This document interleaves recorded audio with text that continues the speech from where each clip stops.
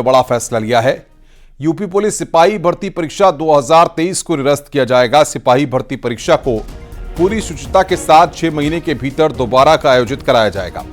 युवाओं की मेहनत और परीक्षा की शुचिता से खिलवाड़ करने वालों के खिलाफ कठोर कार्रवाई होगी। परीक्षा की गोपनीयता भंग करने वाले एसटीएफ के रडार पे हैं। कई बड़ी गिरफ्तारियां हो चुकी हैं।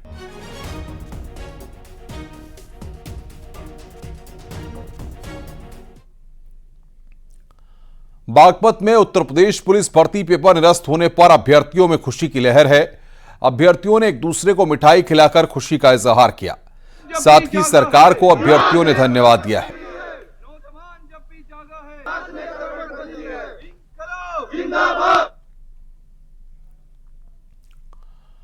नेपाल के विदेश मंत्री नारायण प्रसाद सऊद अयोध्या पहुंचकर रामलला का दर्शन पूजन किया। नेपाल के विदेश मंत्री अपनी पत्नी के साथ रामनगरी पहुंचे थे। नेपाल के विदेश मंत्री नारायण प्रसाद सऊद दिल्ली में भारत सरकार के कार्यक्रम में शामिल होने के बाद अयोध्या पहुंचे थे। अयोध्या में रामलला का दर्शन करने के बाद सड़क मार्ग से नेपाल के लिए रवाना हुए। उन्होंने कहा कि भारत और नेपाल के बीच गहरा सांस्कृतिक संबंध रहा है। हम लोग धार्मिक पर्यटन को भी बढ़ावा दे रहे हैं।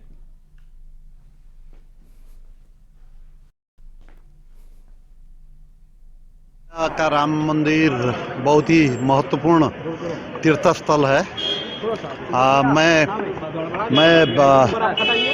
भारत सरकार के द्वारा आयोजित रायसीना डायलॉग में सहभागी होने के लिए नया दिल्ली आया था और उसके बाद भगवान श्री राम का दर्शन करें करके हम लोग अयोध्या आए हैं। इस बीच में यहाँ के प्रशासन, पत्रकार, सभी लोगों ने जिन्होंने हमारा स्वागत किया है, उनको हम हार्दिक धन्यवाद देते हैं। बड़ी खबर प्रयागराज से है। 2 मार्च को प्रयागराज आ सकते हैं पीएम मोदी। परेड मैदान में हो सकता है पीएम का कार्यक्रम। डेडिकेटेड फ्रंट कॉरिडोर का कर सकते हैं उद्घाटन। 2843 किलोमीटर का डीएफसी बनकर तैयार है। गुड्स ट्रेनों की गति बढ़ाने में डीएफसी की भूमिका सबसे अहम होगी। महाकुंभ 2025 के पहले ज्यादातर मालगाड़ियों को डीएफसी पर शिफ्ट करने की तैयारी है। डीएफसी पर मालगाड़ियां चलाने के साथ ही उनकी स्पीड भी बढ़ा दी जाएगी। पीएम मोदी श्रृंगवेरपुर के धाम में स्थापित की गई भगवान श्री राम और निषादराज की प्रतिमा का भी लोकार्पण कर सकते हैं।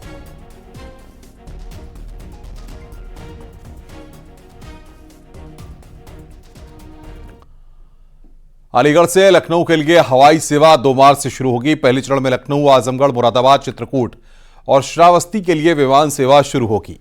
यहां से एयरबस 320 और बोइंग 737 भी उड़ान भरेंगे। बता दें कि अलीगढ़ एयरपोर्ट 110 करोड़ की लागत से तैयार हुआ है।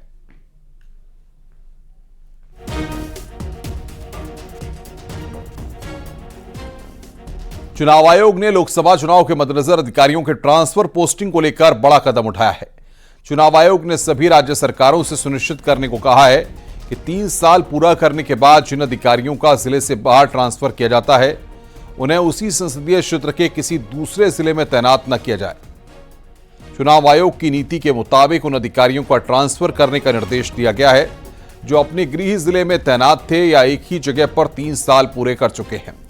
इनमें वे अधिकारी शामिल हैं जो किसी भी तरह से चुनाव कार्य से जुड़े हुए हैं। लोकसभा चुनाव को देखते हुए और निष्पक्ष चुनाव कराने के लिए चुनाव आयोग ने एक कदम उठाया है।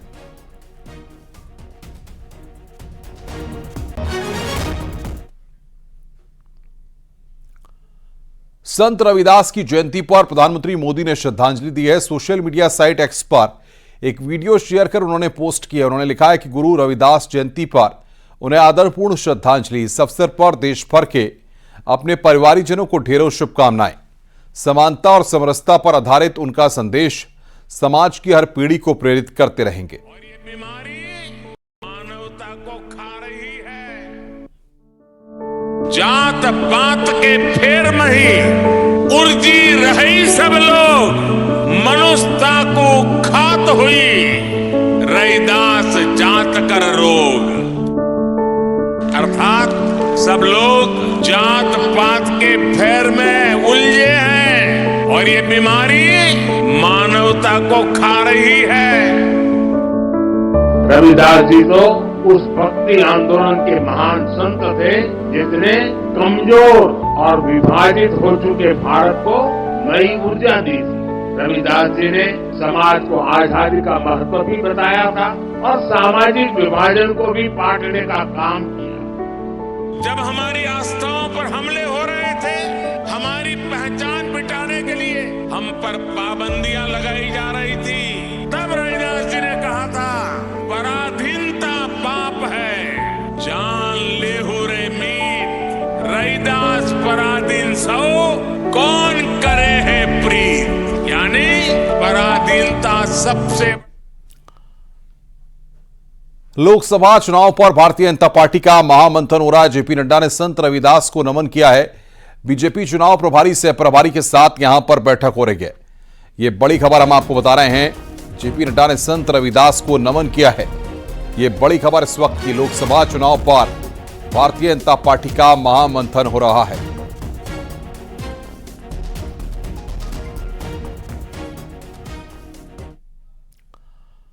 संत रविदास जी की जयंती के मौके पर बीएसपी अध्यक्ष मायावती ने सोशल मीडिया साइट एक्स पर पोस्ट किया है। उन्होंने लिखा है कि मन चंगा तो कटौती में गंगा का लोगों को अमर संदेश देने वाले महान संत गुरु रविदास जी को आज उनकी जयंती पर शत शत नमन और श्रद्धा सुमन अर्पित तथा देश दुनिया में रहने वाले उनके सभी अनुयायियों को हार्दिक बधाई एवं शुभकामनाएं तथा उनके उपदेशों को अपनाकर जीवन संवारने का आह्वान। उनका संदेश अपने कर्म से धर्म को संकीर्ण राजनीतिक एवं चुनावी स्वार्थ आदि के लिए नहीं बल्कि इंसानियत और जनसेवा के लिए समर्पण का है। इससे भुला दिए जाने के कारण बहुजनों का जीवन यहां अनेकों समस्याओं से त्रस्त। राजनीतिक स्वार्थ हेतु उनको माथा टेकने वालों से सावधानी जरूरी।